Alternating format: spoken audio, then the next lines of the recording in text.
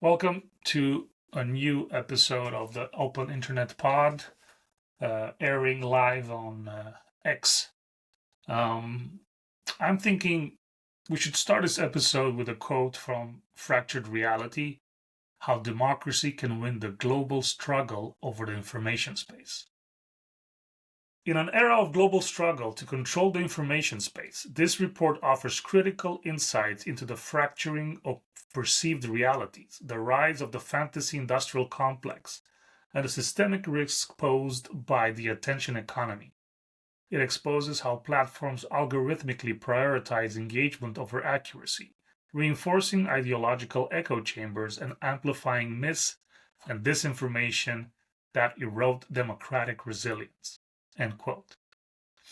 I was watching the panel on defending digital sovereignty at the Cambridge Disinformation Summit, and which is tied to this report. And it sparked the idea for today's discussion. And I heard an expressions such as information quality, inoculation, pre-bunking. I mean, pre-bunking, pre-crime, tomato. But at the same time, some of the talking points that they were making felt a bit close to home. So it appears that we find ourselves at this fork in the road. On one side, we have pre-bunking and information quality, right? And on the other side, we have a pitch for something that sounds a lot like a non-excludable network, and the desire to remove the consumer-centric nature of social media. So which one is it? Or is it maybe a question of how the bureaucracy sees itself? Well, first of all, fantasy industrial complex, like that, the quote wins just with that, because I think that's such a nice way of capturing a lot of what we've been talking about, and also the theme of the report, which is, I think, in its analysis, like a really, really good report. The way it analyzes the problem and the question that it raises that you're talking about there is really solid. And I think what we can see is, I think, a very general, across the board understanding by people who are thinking about these things, that, there's a kind of a need to get on top of, kind of what it is that's going on in terms of discussion in groups, and what the internet's doing, and what it's used for, etc. And so people are starting to think about and worry about stuff like, we understand that algorithmic based software products, especially in the hands of people who are really trying to milk them for everything they're worth, but even created with good intentions, tend to veer off to the extreme, and they tend to cause problems. And so what should we do about that? And I think the question you're asking is a really interesting one, because it comes down to, I think, a little bit about how deeply you understand or want to dig into, like, how these systems actually work, and the kind of, like, not lower quality, but the less effective, I think, suggestions come from people looking at it very superficially and saying it's broken, so we should just tell people not to do it. Right. And then you get more nuanced as you go in, and people look at, well, what is it about the algorithm? What is it doing? How does that relate to the execution of what's happening? Who's doing it? Is it a business? What's their business model? And you can kind of, as you dig deeper into that, I think you get far closer and far higher quality views on what you can actually do about it that would stick. So I think there's a fairly universal understanding that the things like social media are not kind of fit for purpose. They're causing problems in societies. But I think there's very varied views on, like, what you should do about that. And you bring up some of the, I think, the most surface level things about where that starts to go wrong really fast, like wanting to have, like you call it pre-bunking. It's a lovely idea. Pre-bunking is almost as good as fantasy industrial complex. This idea of, like, we have to inoculate people against wrong ideas. I mean, as soon as you start saying it in, like, cold, like, isolation, it starts to sound very spooky. So we want to exercise mass thought control to prevent people from having bad thoughts. Starts to sound really quite obscene. But, it's also coming from the sort of sense that, good public discourse is being absolutely destroyed by the unregulated, uncontrolled, unthoughtful use, like deployment of algorithmic software into societies that really haven't developed the ability to deal with them yet. And so I think that's sort of like my take on the report overall is, again, great analysis. These guys are smart. I made you laugh earlier, pre-show, by saying they're good bureaucrats. They really are. They're doing a great job. And where it starts to come apart is when we start looking at what the solutions are that they're proposed. And they kind of vary from, in my mind, problematic and ham-fisted through to starry-eyed and kind of missing the point. And they have some kind of themes about why they're not maybe as thought through as they could be. Yeah, and it's one of those situations where you really want to give them the benefit of the doubt because it is coming hopefully from a good place. Yeah. And at the same time, you look at it and you think to yourself, there's so many ways that this could go wrong. And I don't even have to sit here and think about it. I can just, Well, I watched I think Alan Yee, I think he is the CEO of Proton Mail, giving just a super tight description of his problems with age verification. And it's exactly like his points just sort of lined up in basically the order you gave them. They're really, really tight. As soon as you start thinking about it, you start seeing all the problems with it. And I think the basis of these things, like you say, it's often a genuinely well-meaning, attention to genuine problems, but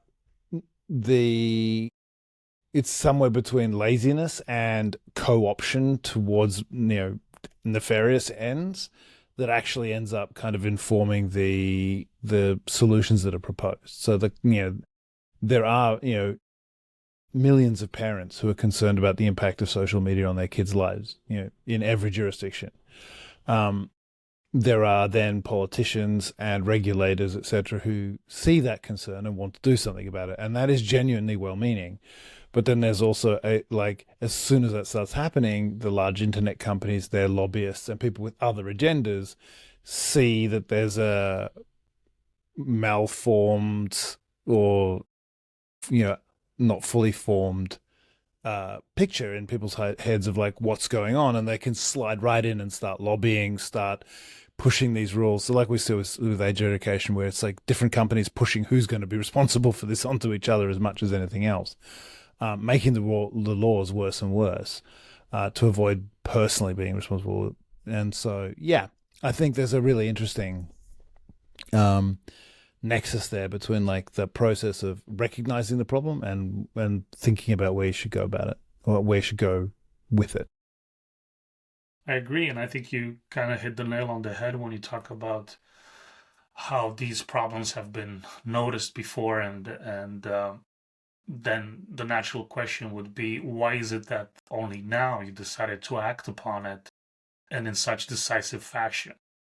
And if one would be to play devil's advocate, you could say that before Elon Musk took over X, you kind of had like a sweetheart deal where you could just write a little note to the platform holders and they would censor the speech on your behalf, right? So you wouldn't have to do it yourself and thus go against freedom of speech. But once that kind of shift happened with maybe with Trump coming into power and everybody kind of like switching sides, then you kind of end up with the situation where the Europeans are like they can no longer have these sweetheart deals because the Americans are not willing to do them anymore. So now all of a sudden they remember, oh yeah, this is bad for you. The algorithms are creating this and that. So it's very difficult if you have any bit of memory capacity. You remember a few years back, it's very difficult to take them at their word. And even more so when you see the kind of words they use and how they try to skip around different issues, and the idea of minimal viable evidence. It's straight out of 1984. I mean, I think it's time for part two of that book to come out, because these guys are just hitting out of the park.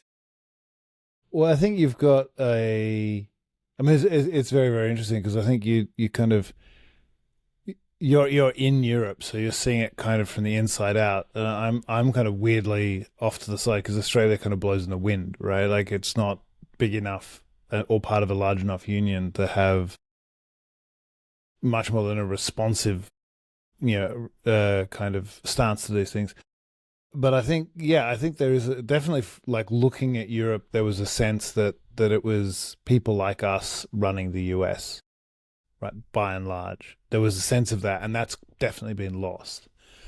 And so with that came, has come the kind of falling away of the shroud that like the nice Silicon Valley people of Google aren't necessarily the same, kind of well-meaning people that we think that exist here somehow. And I think that's just really sharpened it. So you've now seen a run to it's super interesting because like I noticed Robin, I forget his name, one of the guys on the speaking on the Cambridge panel you were talking about, um, who actually has a piece on his blog which I started reading, which is fascinating, and it's been around. He's been writing it for a long, long time, and he talks about sovereignty as like that. It's the S word in certain, kind of government circles in Europe because it's got such a bad name from the sovereign individual movement, etc. And yet, sovereignty is being bandied about in Europe, like really strongly now, and people are starting to suddenly see how important it can be. And I think it's largely exactly what you're saying, that they've started to see, well, actually, the people who were in charge in the US and were kind of providing a coverall to the behavior of US companies, etc. And with that changing as starkly as it has, it's just brought into relief. Oh, wait, we're not in control of this, and this isn't what we thought it was, which is super interesting because in a funny, bizarre way, it gives Europe, for all of their ineptitude on all of this stuff, a chance to jump ahead. We're seeing across the board in Europe people talk about digital sovereignty and looking at, like removing large US providers from the supply chain in government and all sorts of things, which basically means, moving to open source alternatives because Europe doesn't have time to now build its own networks, etc.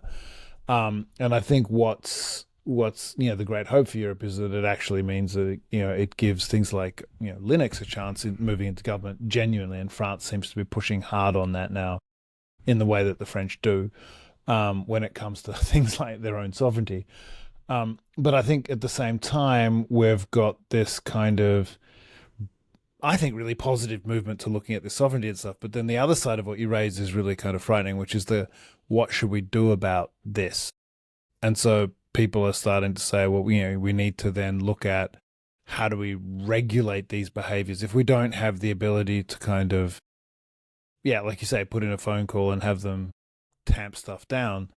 Then, at whichever social network, then there starts to be like, well, how do we deal with this? But the assumption is it needs to be dealt with in that same way somehow. So you need to have, active rules or regulations to implement the same kind of control, which is heavy censorship. And I'm not sure that that's sort of occurring to people, but they're now sort of like talking about, like concepts like minimum viable evidence, or requiring people to kind of believe things to act on them rather than being able to be treated like adults and say, well, you can maybe just make up your own mind on the balance of evidence, or even act out of caution, like simple kind of grown up things. That's not allowed anymore. Things need to be absolutes, and we need to prove things, and we need you to behave exactly as that sort of kind of really rigid rules dictates. Yeah, and to build up on what you just said, it it is slowly, if you have eyes to see, it is slowly turning into a sort of situation where, on the one hand, you say, "Oh, people are being manipulated," and there's, I'm quoting again from the report, the goal of information manipulation today is often not to make individuals believe certain false claims, but to distract and generate distrust. Okay, I understand this part, but at the same time, you're also making some assumptions in terms of how the people have built this distrust. And instead of looking at, maybe it's more to it than just what's happening on the internet. Maybe on the internet they just get Yeah. together and the opinions are formed beforehand. You know, they think that the opinions are formed on the internet because that's where people meet and organize. So their idea is, if we could just regulate that, then there won't be a problem. It's like, if we don't make it such a problem, then there won't be any problems.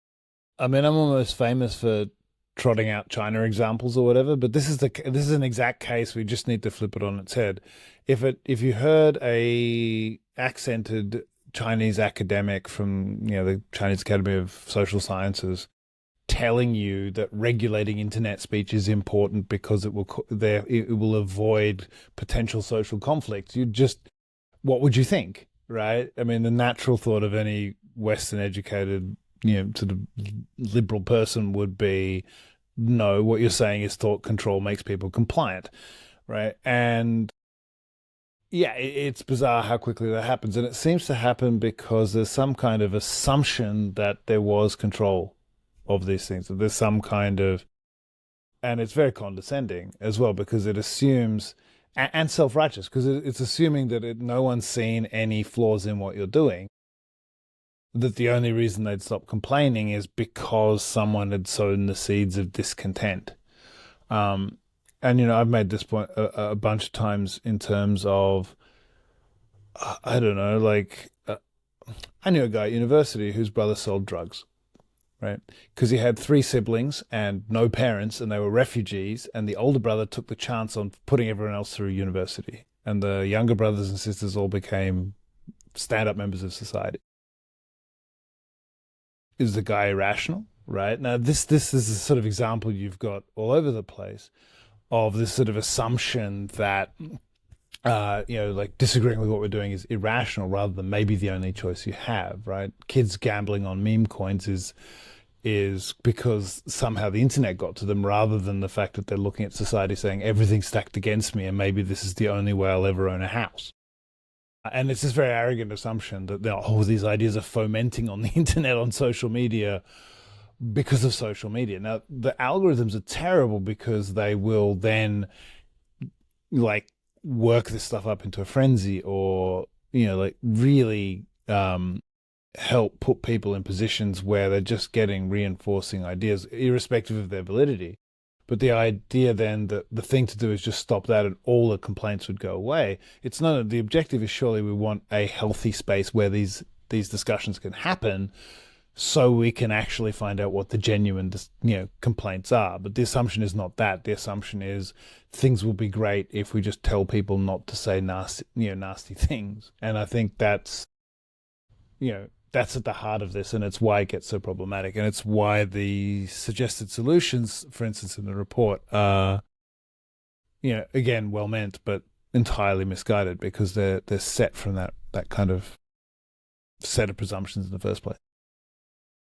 I think a simple way of looking at it would be to say that what they are suggesting is a method to treat the actual consequences, not the cause. Like, treat the manifestation of the problem instead of the problem itself, right? So it's manifested through, no? If you're lucky, right? Like, again, like, I don't know, banning hate speech, right? It will solve the problem of people feeling threatened by hate speech, right? If you just somehow have a perfect AI that picks this stuff up and removes it from public discourse, so it might solve in that sense of solve. It might remove that problem, but it quite possibly makes the people who would have said these terrible things, whatever they are, angrier and perhaps more likely to go out and actually, physically enact them or whatever. It depends, right? Like, it's not a simple. My point is not. It's like going to.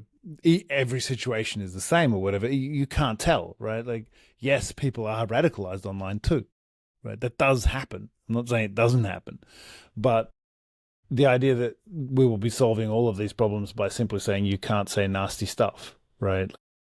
That doesn't get to the bottom of this problem. So I think, yes, it solves, like, it's set out to say, oh, we think we'll solve the problem, but this is just what we can see of the problem. It then actually can make some of the issues worse because it removes the voice from people, because the only thing they were going to think to say is the thing that they're being told not to say. It doesn't give them the opportunity to just actually start engage in discourse and then maybe find out they were wrong, right? Because they just couldn't speak. So I think there's, like, even the idea that it fixes that problem is slightly problematic.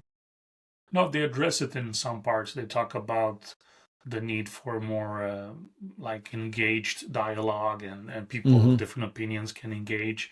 And they identify the problem with these very large platforms where, through algorithmic pushes, just the most rage baiting content pops up, and that is certainly an issue, and it has been, prevalent for many years. It's just that the the way they look at it, it's more like you have a headache, here's a headache pill, but they never understand where does the headache come from. Right. They're not trying to treat your posture. Yeah. Yeah. No, I mean, that's the thing is, yes, and I like to take these things away from the internet to try and find an analogy. And one I've used before here on the pod is the guy ranting and raving in your local pub about something you find completely distasteful, right? And the kind of just shutting people up thing isn't, banning that, even having him arrested is not going to do anything for his opinions. The way you get that dialogue happening is actually to let organic mixing and stuff happen, right? So yes, removing the fact that what people are seeing and hearing is very carefully put together for them to maximize revenue through maximizing engagement, through maximizing endless attention, is definitely part of the solution. Actually, very, very separate from any kind of control of speech, right? Like, those two things they're not related in that sense. And that's where I think the kind of best analysis in the report happens is looking at exactly these mechanisms and making a good case for saying, yeah, you shouldn't have these algorithmic lead derived things. But the thing that they fail to talk to every time is anything other than, therefore we should promote without much of a model. And there are some little bits and pieces being spoken around this, but in that report itself, it's like, oh, we should promote, different kinds of networks, etc. But there's no sense of, like, how those things would be in any way competitive with the large centralized platforms we have, or what would be compelling about them for people. And there's no sense of how they would be profitable. So if they're not profitable, they're just not going to be visible to people, because what's going to be advertised and made to look cool and made to be engaging by dollar motives is going to get put in front of them by someone else. And I think that's where we start hitting the wall, with the kind of suggestions they're making. Is they're all around, well, should we have, like, the equivalent of the BBC for social media? Should we have the SSM, the Swedish Social Media Bureau, who, like, run that? I was like, well, where does that get us? Yeah, I think this is a very valid point, because I think they're not measuring the reasoning or the what the people might actually benefit most from as the measurement of success.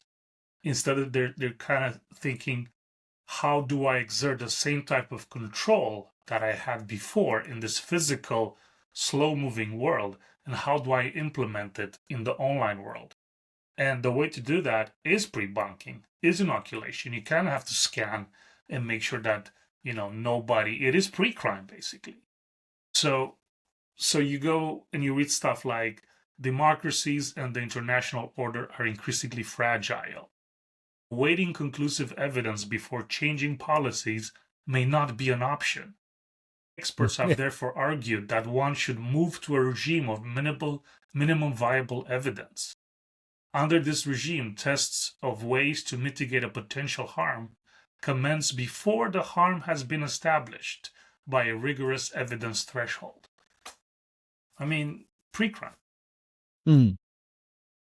Yeah. No, it's where you end up if you know, you're kind of looking at the scenario we were talking before. I don't know, someone posts Nazi comments and you start thinking, well, okay, we'll ban those. But you realize very quickly that's not going to help because obviously it doesn't. It just gets rid of that iconography out of the picture, which might save someone from who'd be traumatized by it from seeing it, but it doesn't really address the problem that that person's a Nazi, right?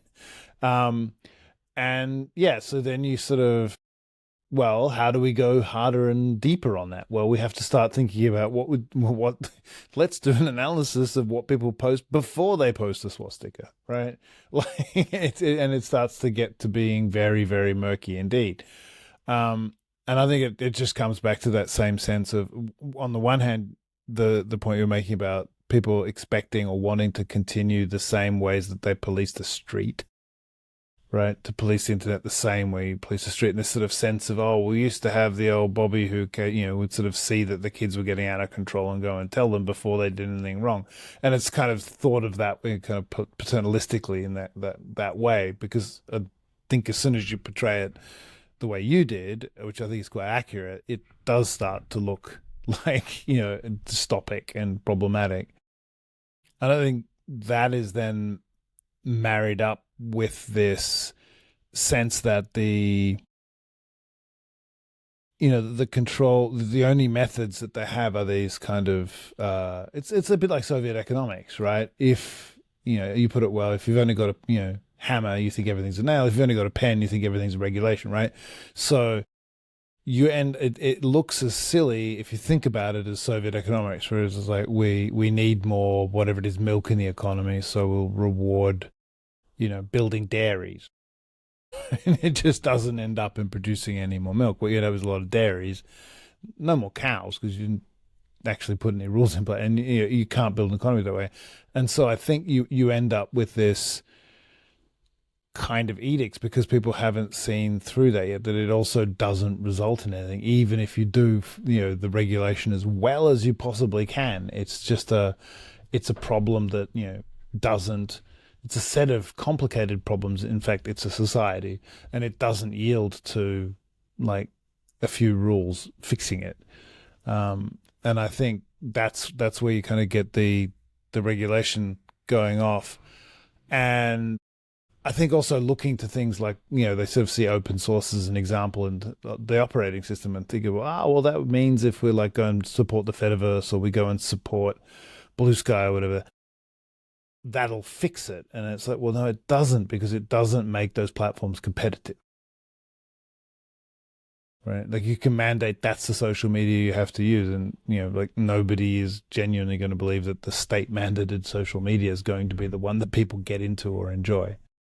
And I think that's really critical from our perspective, from a Sato perspective of like, no, you have to come in and fix the economics. You have to start making something that allows for vibrant competition that can outpace and outrun and make something more compelling because it's profitable, because it compels people to think deeply about how can I build something that rewards me out of this, but in a way that is proofed against things like centralization towards these large platforms and their, models where, the algorithmic attention machine becomes the way it works, right?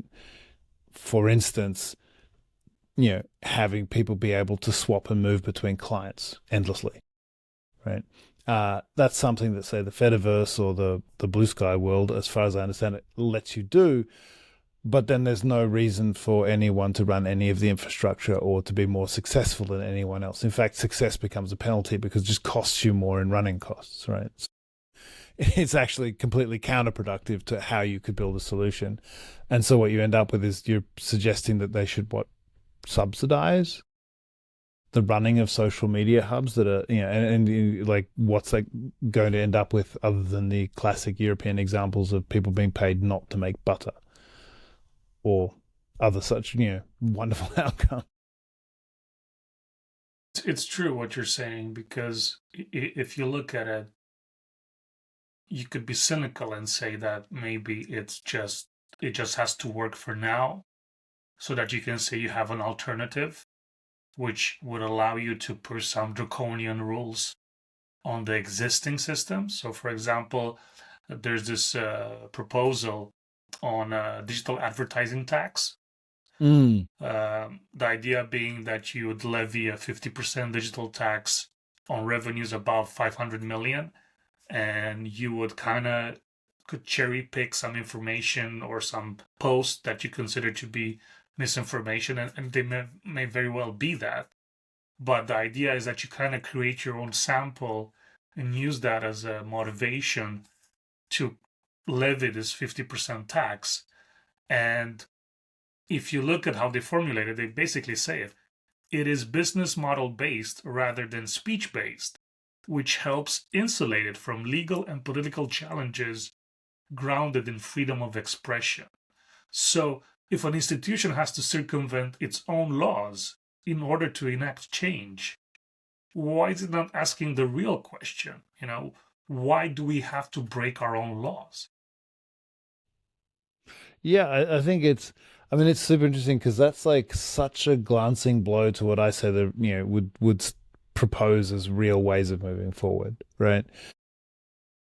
It's insightful. So there's like two sides to that sentence, right? One is this is good because it's not infringing on speech, it's looking at taxing the system for some kind of bad behavior. The other side of that is you just defined arbitrarily what you think bad behavior is, and you're now taxing it. So you're claiming that it's not an infringement of free speech, but you're forcing people to pay to speak freely, if that's not what you determine to be the right kind of speech. And so it's sort of such a glancing blow because it has the insight that the solution or that the way forward is to look to saying, well, how do we make other business models or business models that we think will undermine this negative process that we see with, particularly with, algorithmic attention kind of manipulation.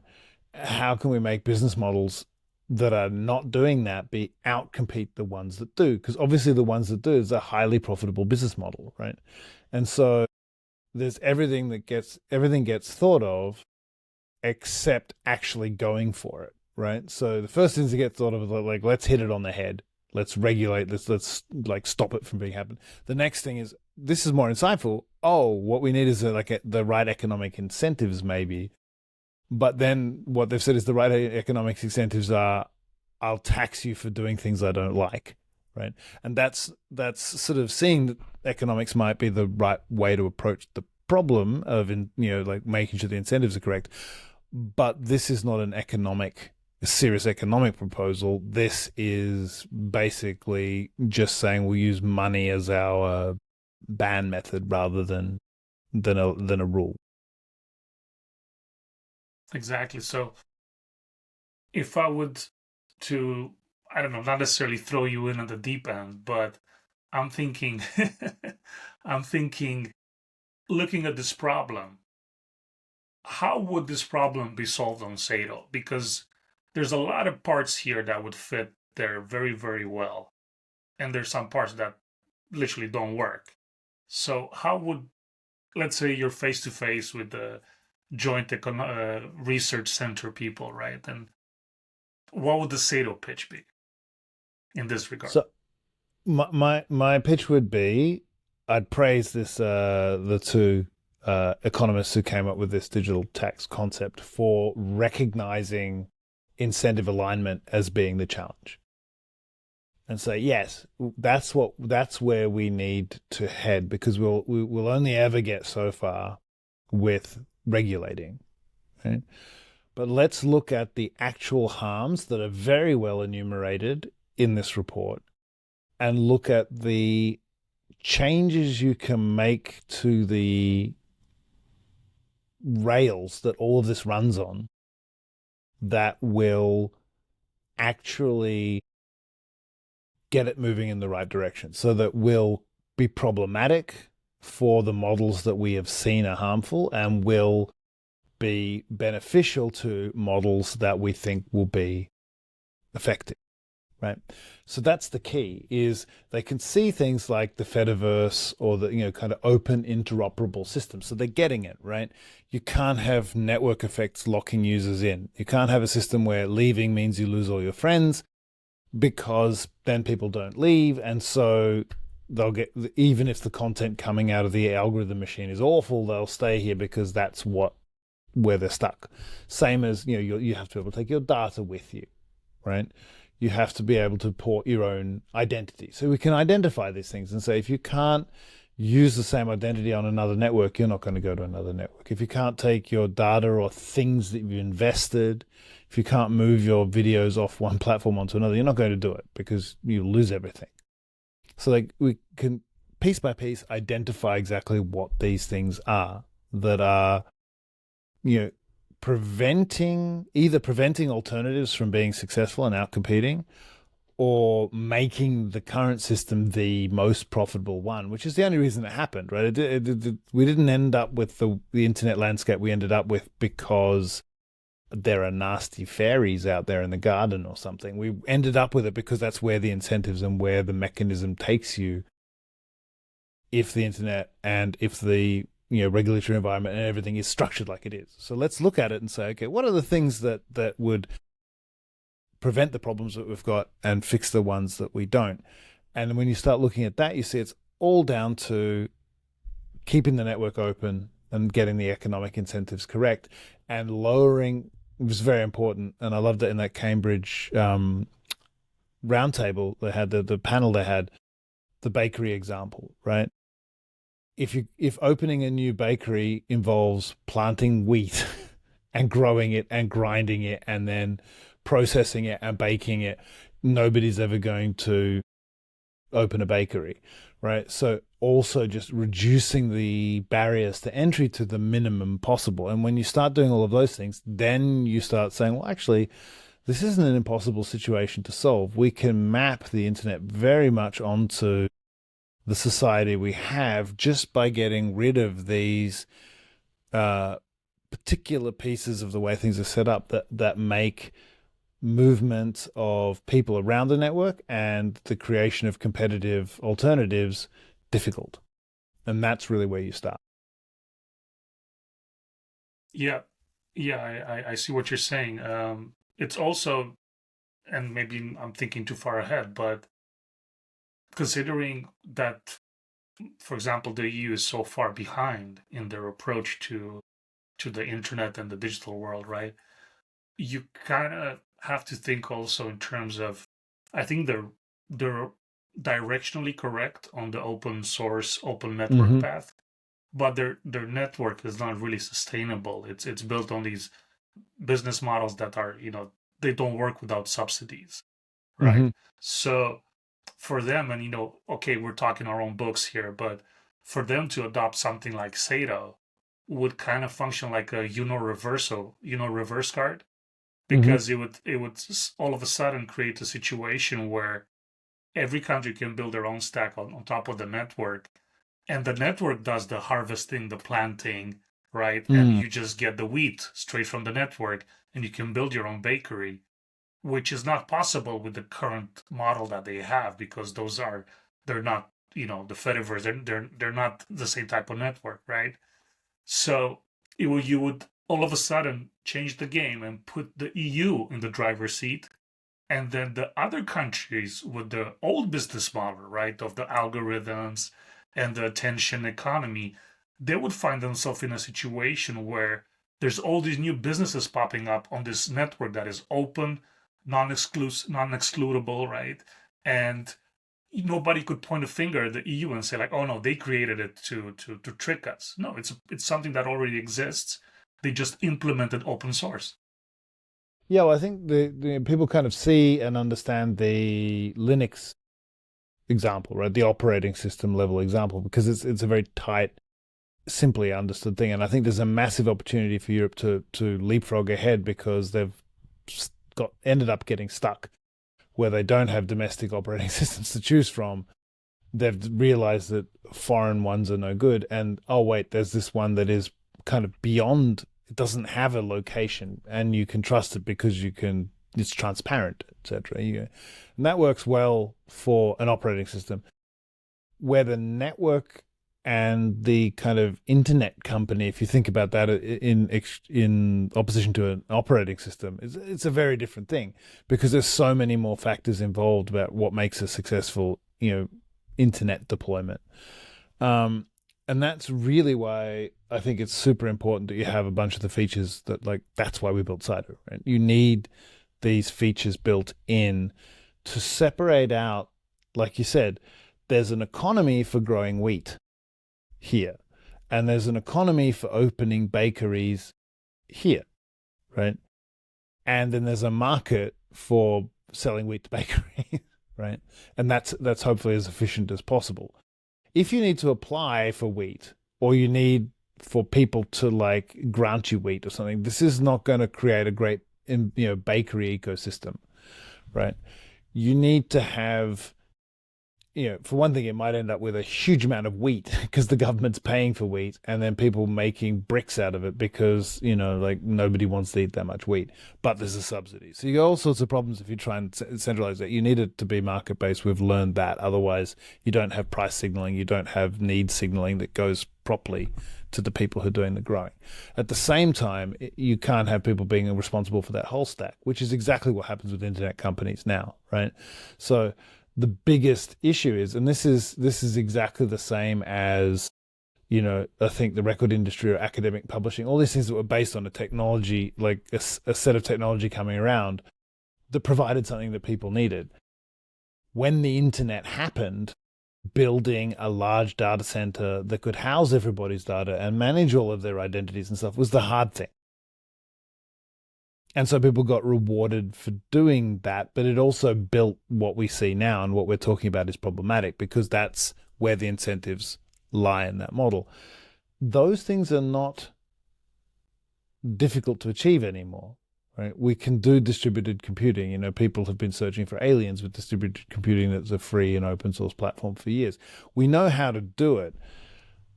We just need to look at it and say, well, actually, we need to enforce at some level the rails being built for this and preventing people from closing off parts of the network, because as soon as they can, they'll build these kingdoms, they'll build these walled gardens, and they'll defend them, and they'll get their strength from doing that, and they'll become more profitable, and then they can outcompete others, and you end up with a very few of these.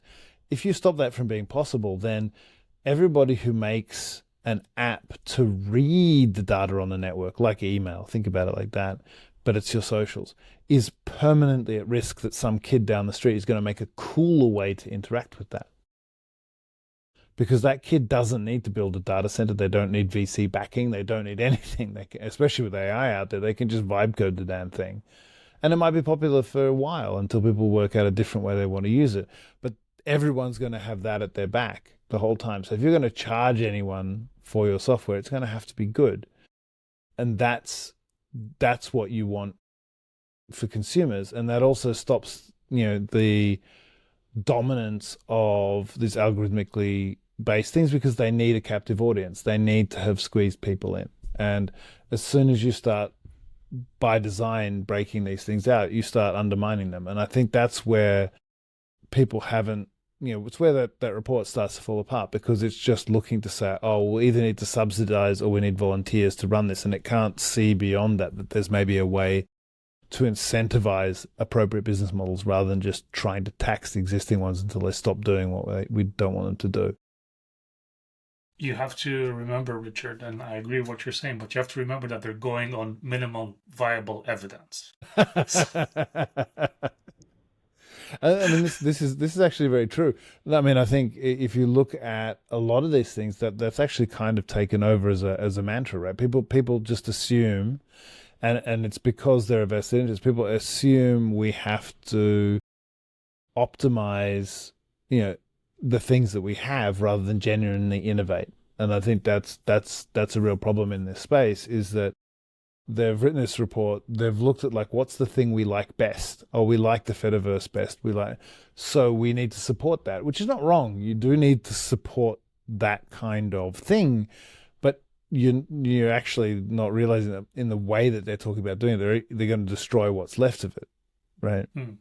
And the big problem for those things is there's no, success is a burden, and the better your Mastodon server, the more expensive it becomes for you to run, and there's no way of charging for use, and there's no way of rewarding you for building it, and so it's never going to last.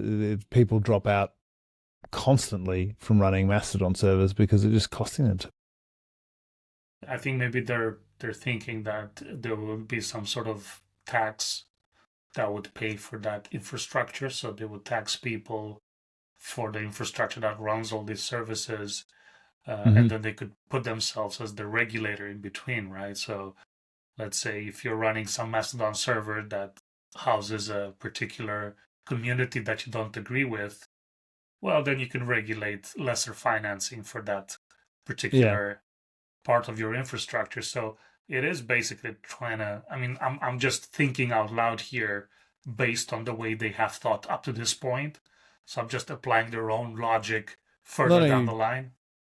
I think you're really right there. I think that's actually at the heart of this. Is like, it's not, they say never consign to it, like never ascribe to conspiracy what can be explained with laziness or ineptitude, right? Like, I don't think they're necessarily planning that. It's more that, well, if there's two options and one of them has me in a central position with more power, I'd like that one better.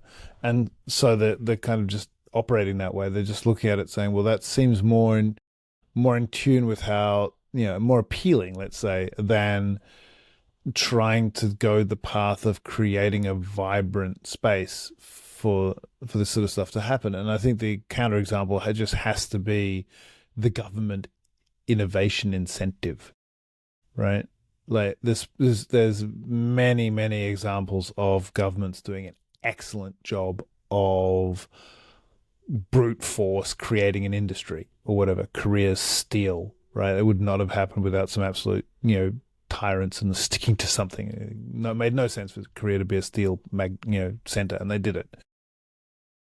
Nationwide dedication to a cause. You can do it, but you can't create innovation that way. There's like zero great examples of pushing the string of innovation, right? You can only pull it. You can only give it space to grow, etc. And I think that's the issue here, is this desire to build, run, and own the space rather than letting it happen and taking the risk of then not being in charge of it when it does. And I think that's a big part of why this gets stuck, right? Because it's not possible for a bureaucracy to imagine an open playing field.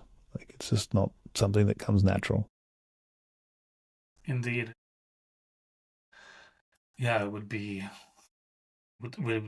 more or less include them in the competition group, right? So they could get out competed by someone that creates a better stack, right? Because the network would be the same, but at the same time, it's also an incentive to build something really cool.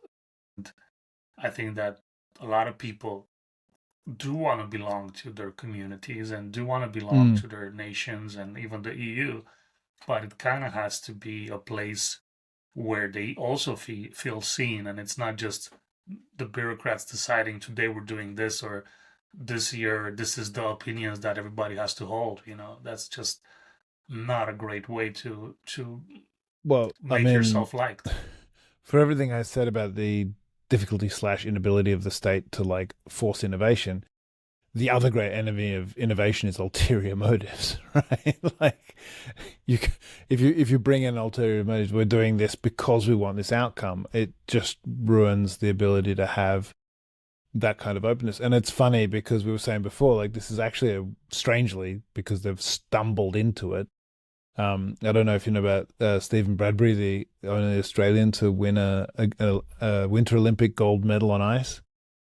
And he's literally so far behind that when the one of the seven actually in the race competitors clipped the other guy and they all fell over, he just skated through. If he'd been any closer, he would have lost, right? And Europe's kind of in that situation. Like, they've really messed up, but somehow it's put them in this position where they maybe can, like, somehow build a victory out of it. I think what you're trying to say here is that Sato would be that event, where the big guys stumble on top of each other, but in order for that to happen faster, the EU has to see it, because it's kind of like one of those things where, yeah, I mean, they have to see that the economics have to be right, and you have to get out of the way, right? You need to let the system work. And what's specifically important about the way Saito is designed, about what happens there, is you have a system that rewards people for doing things like that cost money, like providing the infrastructure, but without being able to game it. Because it's abstracted into the way that it works on the network, you can provide more infrastructure, and if people are using it, you'll get paid for it. But only if it's doing something they need. The system automatically wants to optimize, just because it tries to reduce costs, right? So if you can do something in a system that wants to reduce its costs to the minimum possible and be paid for it, then obviously you're doing something useful. So it manages infrastructure in that way while ensuring openness at the same time, so people can build whatever they want with the minimum, overhead, etc. And you can have a really competitive, really vibrant innovation economy on top of that. And on top of all of that, the very specific European problem of how do you handle sovereignty gets solved too, which is, if you have a, kind of question of sovereignty, and this is one of the funny things, is that the big difference between quote unquote the left and the right, the statists and the non-statists, whoever they are at the moment, is not that we need sovereignty, it's where it stops, right? Like, what should have sovereignty, whether it's the state, the government, the individual, whatever. Like, there's a general sense that, we want to take this back, we don't like the fact that we're kind of owned by others, but it's a question of who. But the problem is, if you're the EU, you've got this very weird problem where is it the EU that's sovereign but the nations inside the EU aren't? Or is it the nations inside the EU that are sovereign but the people aren't? And that's a unique problem to solve. And the only way to solve that is full interoperability, right? If you have proper cryptography and an open network, then you can implement what you want on that network, and you can control your stuff with complete sovereignty at every level, but you can also share. And you can share because you have control over what you share and how. And that I think in the European context is another layer that is, normally not at the forefront. You talk normally about the incentives and paying for infrastructure and kind of, reducing barriers to entry. But in the European context, that's super important because it gives every layer of the structure, that autonomy and that sovereignty, which is something they're searching for, but bumping into the walls trying to find. I would say that the argument that you just provided right now would constitute medium to maximum viable evidence for the EU and the people of the EU to act on your call to action, because it is one of those situations where you kind of have to look around and see the situation as it is, and maybe they're still at the part where they're negotiating. They have a few more stages of grief to go through before they accept the situation. Yeah, well, I think it's also just like, it seems there's various ways in which it seems to people, I think, impossible. For computer scientists love their impossibility proofs that prove you can't do what Saito does, despite the fact that we do have more than minimum viable evidence that that's not true, having built such a network. B, we actually have papers and such to the effect. At the same time, I think there's just there's actually a lack of desire for genuine solutions because they don't admit necessarily the involvement that regulators want to have, right? And so you've got this kind of this clash, right, where they want to be super involved, but in fact the solution is maybe taking care of the little stuff and then letting the rest happen. Yeah, yeah, it's one of those things where you, I don't know, you expect cooler heads to prevail, but we are not there yet. I think we can I'm not just sure. Expect hope, maybe. hope. Yeah, that's Yeah. and it brings me back to this quote, and it's maybe it's a bit over the top here, but I think it was JFK who said that the people who make change impossible make revolution inevitable.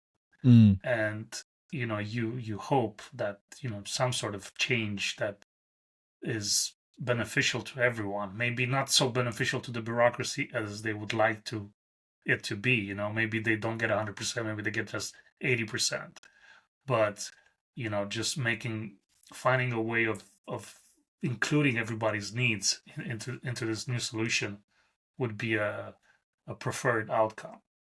Well, yeah, I'm not going to be the first person to point out that the issue with bureaucracies is not that they do their jobs; it's that they put themselves in front of the purposes they actually have. Right? They become their own reasons. And yes, if they could just like set about actually solving these problems, there are solutions out there, and I think, like we've said a few times, they're actually a path to a superior and accelerated like improvement over what other people are going to get out of it if adopted. It's actually really exciting, and I think the general sense and increasing awareness, and it's funny, it's at the individual level and at the state level of the importance of things like sovereignty, are actually going to take us to a better place. You know, initially there's also going to be a lot of friction getting from where we are now. I think that's a very good point you're making, and I think it's a perfect point to end this conversation for today. We'll be back next week, and we also want to remind you guys of a few things, namely our ape bond that is almost sold out. So get it while it lasts. Also, make sure that you can also listen to these episodes whenever you want through the Open Internet Pod. Just search Open Internet Pod. It should be there in your favorite podcast app. And anything you want to add before we close it? Well, I think we are still exploring this space ourselves, and I think this has been important to me for long enough that I've been part of Cider for all this time.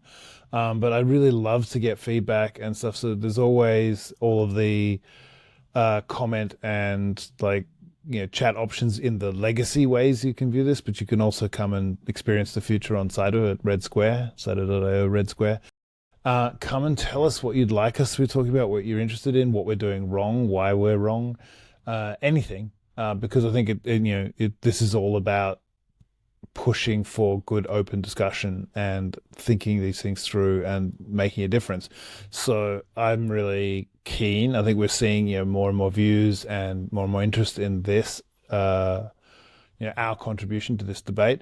And so I'd love to just get whatever feedback or input from people on how we can, improve or extend what we're doing in ways that will be helpful to people. Perfect. Well, catch you guys next week. Bye bye.